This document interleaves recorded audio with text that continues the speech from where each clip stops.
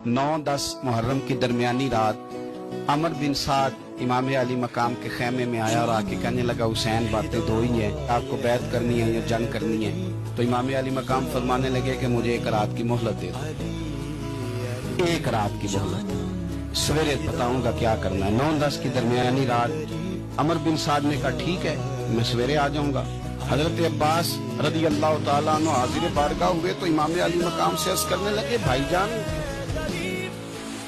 मुझे पता है सवेरे आपने क्या फैसला करना है, फैसला भी वही है जिसका तुझे पता है, लेकिन भाई ये आखिरी रात बची है, कल हुसैन दुनिया से जाएगा, आखिरी रात बची है।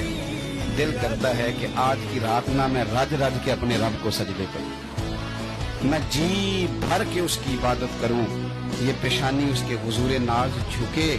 ओ यार हुसैन इब्ने अली तो एक रात बकायदा बचाएं कि मैंने अल्लाह के हुजूर हाजिरी देनी है और तू सारी रातें जाया कर देता है।